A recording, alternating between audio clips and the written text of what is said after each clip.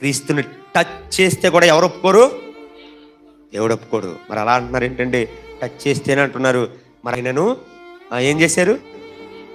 ఘోరంగా హింసించారు కదంటే అది నీకోసం, అది నీకోసం, నీకోసం.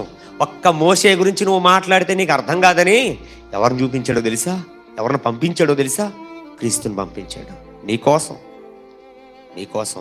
ఒక్క దెబ్బ పడితేనే ఆ రోజు అంత శిక్ష విధించేసినటువంటి దేవుడు అన్ని దెబ్బలు కొట్టినా సరే దేవుడు ఎందుకు శిక్షించలేదు అని అంటే క్రీస్తే మాట్లాడినటువంటి మాట ఏంటో తెలుసా? తండ్రి మీరేం చేయుచున్నారో వీరు ఎరుగురు. ఎంత ప్రేమను నింపుకుని యేసుక్రీస్తు ప్రభువారు భూమి మీదకి వచ్చారు పిల్లరా.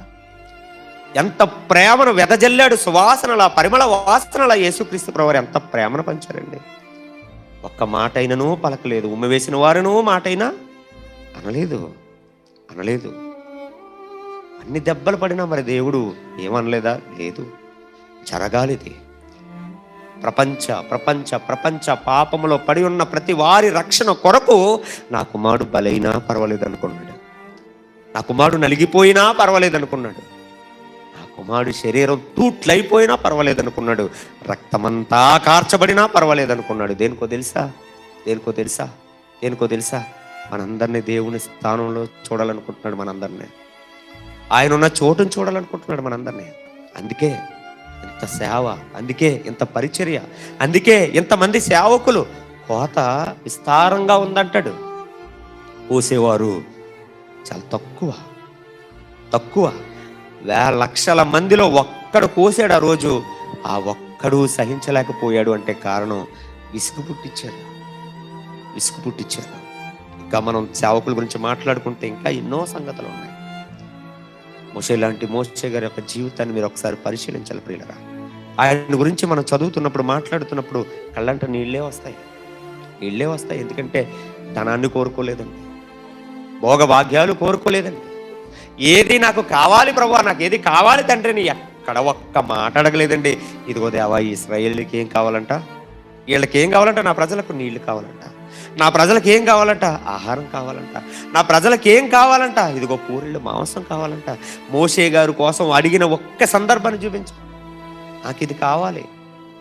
నిజంగా ఆ సమయాన్ని దేవుణ్ణి ఒక్క మాట తిరగబడి, దేవా నేను ఎంత చేశాను కదా, నన్ను అక్కడికి నడిపించాను ఒక్క మాట అడిగాడా? అడగలేని సాత్వికుడండి, సేవకుడండి, గొప్ప దైవజనుడండి. ఎవరో? మోషే.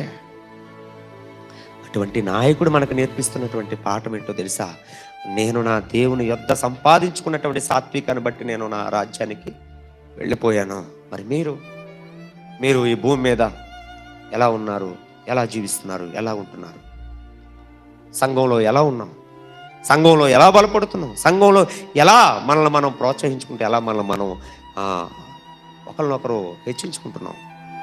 ఆ రోజు ఎవరిలోనూ కూడా ఏం లేదు. వాళ్ళలో ఎవరో వెళ్ళి మోషే దగ్గరికి వెళ్ళి అడుగుతున్నప్పుడు ఒక్కరైనా తప్పురా, వాళ్ళ అక్క చనిపోయింది, ఈ సమయంలో మనం అడగడం ఏంటి?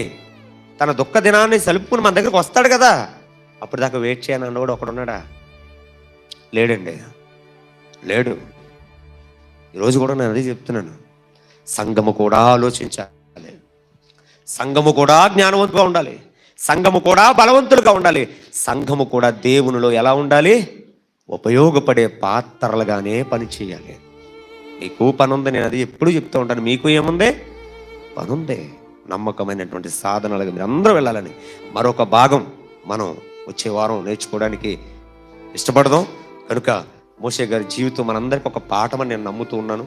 ఆ పాఠం మనల్ని హత్తుకుందో, ఎంతగా మనల్ని ఆలోచింపజేసిందో, ఆ మాటలు మిమ్మల్ని ఇంకా ప్రభావితం చేస్తూ, మిమ్మల్ని ఇంకా ఆకర్షిస్తూ, మిమ్మల్ని గొప్పవారిగా నింపాలని, గొప్పవారిగా ఉంచాలని మనస్ఫూర్తిగా కోరుకుంటూ, మీ కుటుంబాలు కూడా దేవుని సన్నిధి ముందుకు వెళుతున్నాయి కాబట్టి కుటుంబాలుగా ప్రోత్సహించుకోండి, సంఘముగా ప్రోత్సహించండి. సంఘములో ఎటువంటి భేదములు పుట్టకుండా ఒకరినొకరు జాగ్రత్తగా కాపాడుకుంటూ ముందుకు వెళ్ళాలని మనస్ఫూర్తిగా మీ అందరికీ తెలియజేస్తున్న మాటలు ముగిస్తున్నాను.